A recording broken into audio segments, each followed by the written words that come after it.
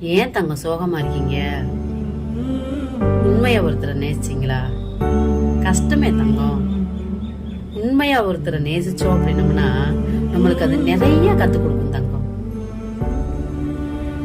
எப்படின்னா, தனிமையில அழக கத்து கொடுத்துருக்கும், சத்தம் இல்லாம சிரிக்க கத்து கொடுத்துருக்கும், சத்தமே இல்லாம அழுக கத்து கொடுத்துருக்கும். யாருமே இந்த உலகத்துல வேணாம் அப்படின்ற அளவுக்கு கத்து கொடுத்துருக்கோம். நம்ம நடந்து போற தூரம் கூட தெரியாத அளவுக்கு நம்ம நடைப்பயணம் போய்கிட்டே இருக்கும். மனசுக்குள்ள வேதனை நிறைய இருக்கும்.